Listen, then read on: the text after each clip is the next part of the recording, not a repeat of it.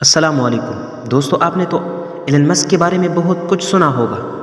Alan مسک آج کل کی دنیا کے سب سے رچ مین، امیر ترین بندہ ہے، جو کہ اخبار میں، ریڈیوز، ایٹسٹرا ہر چیز میں ان کا نام شائع ہو گیا ہے۔ ہر کوئی کہتا ہے ایلن مسک، ایلن مسک۔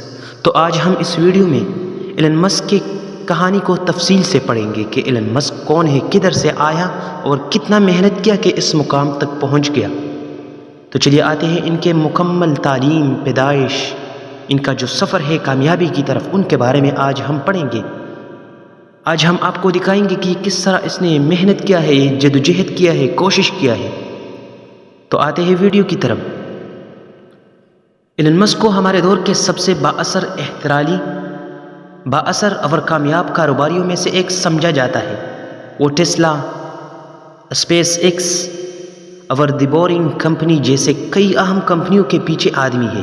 اس کی زندگی کی کہانی استقامت، لچک اور عزم میں سے ایک ہے، اور دنیا بھر کے خواہش مند کاروباریوں اور موجدوں کے لیے ایک تحریک کا کام کرتی ہے۔ اب آتے ہیں دوستو ایلن مسک کی پیدائش کی طرف، کہ ایلن مسک کدھر پیدا ہوا اور کس ڈیٹ کو پیدا ہو گیا۔ تو ایلن مسک 1971 میں پریٹوریا، جنوبی افریقہ میں پیدا ہوئے۔ مسک ہمیشہ سے ایک متجسس اور پرجوش بچہ تھا۔ پریٹوریا جنوبی افریقہ کا ایک علاقہ ہے، اس میں پیدا ہوا۔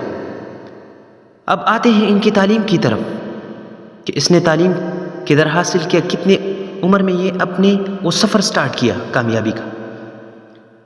تو ایلن مسک نے 12 سال کی عمر میں اس نے کمپیوٹر میں دلچسپی پیدا کی اور خود کو کوڈ کرنا سکھایا۔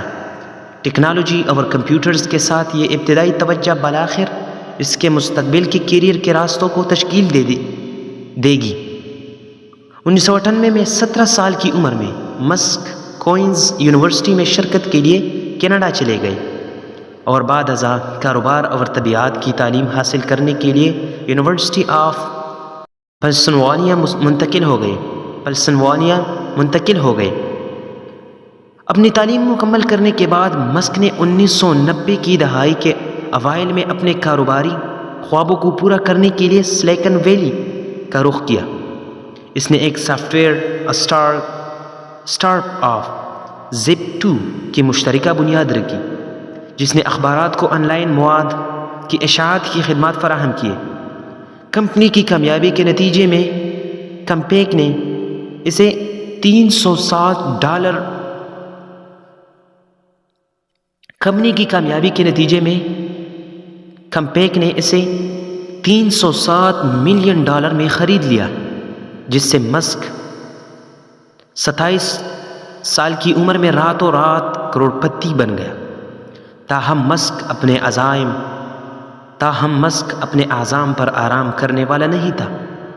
1999 میں اس نے X.com کی مشترکہ بنیاد رکھی، ایک آن لائن ماحولیاتی خدمات اور ادائیگی کمپنی جو بالآخر پے پال بن گیا۔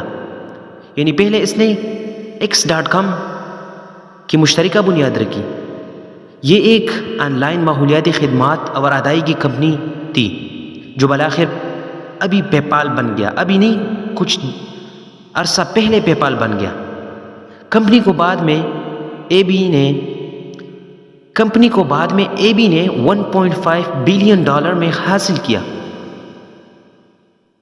اور مسک کو فروخت سے $165 ملین ملے۔ ان ابتدائی کامیابیوں کے باوجود مسک نے اپنے نظریں بہت بڑے اور زیادہ پرجوش اہداف پر مرکوز کر رکھے تھی۔ 2002 میں مسک نے اسپیس ایکس کی بنیاد رکھی، ایک خلائی نقل و حمل کمپنی جس کا مقصد خلائی سفر کو مزید سستی اور قابل رسائی بنانا تھا۔ اس نے اپنے خوش قسمتی کا زیادہ تر حصہ کمپنی میں لگایا، اور اسے ابتدائی برسوں میں بے شمار ناکامیوں کا سامنا کرنا پڑا۔ تاہم ایلن مسک کے عزم اور اس کے ویژن پر یقین نے اسے جاری رکھا۔ 2008 میں اسپیس ایکس خلائی جہاز کو مدار سے کامیابی کے ساتھ لانچ کرنے اور بازیافت کرنے والی پہلی نجی فنڈ والی کمپنی بن گئی۔ یہ خلائی صنعت میں ایک اہم پیش رفت تھی اور اس نے خلائی تحقیق کے ایک نئے دور کا آغاز کیا۔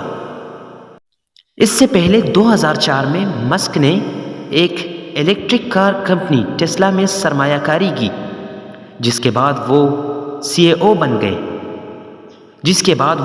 بنے گے۔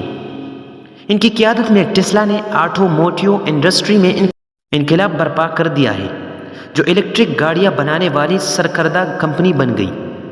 مالی مشکلات اور پیداواری رکاوٹوں کا سامنا کرنے کے باوجود ایلن مسک نے پائیدار نقل و حمل کی تخلیق کے اپنے مقصد پر توجہ مرکوز رکھی اور قابل تجدید توانائی کی طرف تبدیلی میں اہم کردار ادا کیا ہے۔